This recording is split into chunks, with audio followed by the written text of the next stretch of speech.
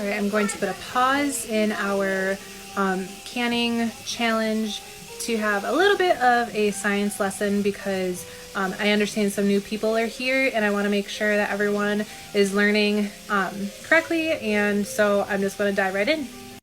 So if you are new to canning, welcome.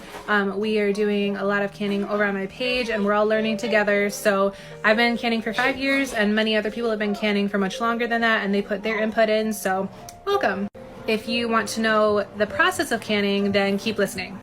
So basically what it is that you are preserving your food inside of a jar that will last 1 to 3 years or more.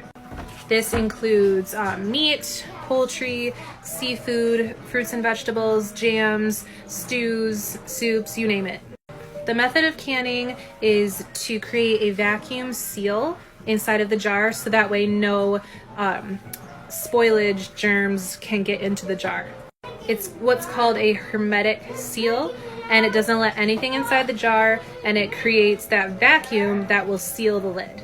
When you either water bath can or pressure can your jars, the pressure outside of the jar is greater than the pressure on the inside, and that's what closes the lid. And the wax ring will seal the lid on top. And you can hold your jar like this. So we need to know what it takes in order to preserve the food inside. So we have to decide which foods to water bath can and which foods to pressure can. And that all depends on the acidity that is in the food. If it is a high acid food, or if you add vinegar or lemon juice to the food to create that acidity, that usually can be water bath canned. And all that takes is a large enough stock pot to submerge the jars inside.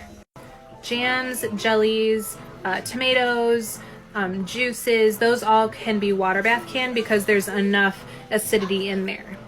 Either by the tomatoes being acid food or you're adding lemon juice to the recipe.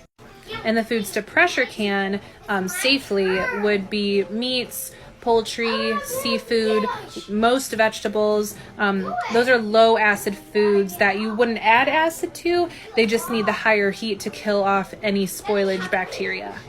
And the heat required for those methods are going to kill yeast, mold, any bacteria that would grow inside the jar that would make you sick.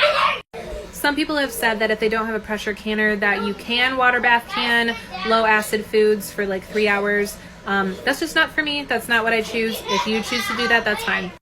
At the end of the day, everyone has to choose how they're going to do things safely for their family. And we're all learning this together, so if you want to learn along with us, like and follow for more canning content.